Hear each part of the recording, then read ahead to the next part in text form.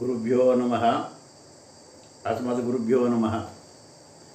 ప్రేక్షక మహాశయులందరికీ కూడా మా యొక్క నమస్కారాలు తెలియజేసుకుంటూ, ఈ రోజున మానవుల యొక్క జీవిత విశేషాలు తెలుసుకోవాలంటే, జీవిత విశేషాలంటే భూత, భవిష్యత్, వర్తమాన కాలం. అంటే జరిగింది మనకు తెలుసు, జరుగుతున్నది మనం అనుభవిస్తున్నాం, కానీ జరగబోయేది ఎవరికి తెలియదు. కాబట్టి ఈ యొక్క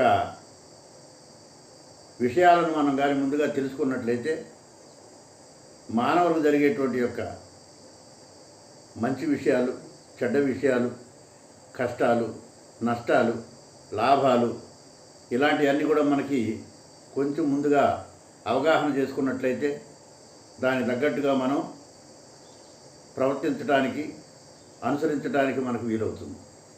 కాబట్టి ఇలాంటి మహత్తరమైనటువంటి యొక్క విషయాలను మన పూర్వీకులు, ఋషులు ఎంతో కష్టపడి ఎన్నో వేల సంవత్సరాలు తపస్సు చేసి భూత, భవిష్యత్, వర్తమాన కాలాలు, ఈ యొక్క ఖగోళంలో జరిగేటువంటి యొక్క విశేషాలు, వింతలు, ఆ యొక్క గ్రహ సంచారాన్ని బట్టి ఈ యొక్క మానవులకు ఎలా జరుగుతుంది, ఏ విధంగా ఉంటుంది, ఏ విధంగా జరగబోతుంది అనేటువంటి దాని గురించి ఎన్నో గ్రంథాలు రాసి ఉన్నారు.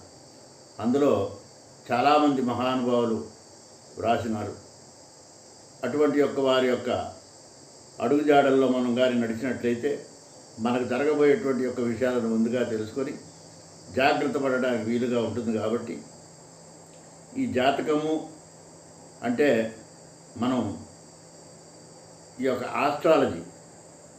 ఆస్ట్రాలజీ అంటే నక్షత్రాలు, గ్రహాలు, వాటి సంబంధమైనటువంటి యొక్క కలయిక ఎలా ఉంటుంది, అది మానవుల మీద ఎంతవరకు ప్రయోగం చేస్తుంది, ఎంతవరకు ప్రభావితం అవుతుంది, అది మనం తెలుసుకున్నట్లయితే మనకి చాలా మన జీవితానికి ఉపయుక్తం అవుతుంది. దానికి మనకు కావాల్సింది ఏమిటి? ముందుగా మనం పుట్టినటువంటి యొక్క సమయం అంటే ఒక గంట, 9 గంటలకో, 10 గంటలకో, 8 గంటలకో, రాత్రో పగలు అనేటువంటిది ఉంటుంది. కాబట్టి అది కంపల్సరీగా గట్టిగా ఉండటం మంచిది. అట్లాగే తారీఖు, ఆ రోజు తారీఖు ఏమిటి, ఆ రోజు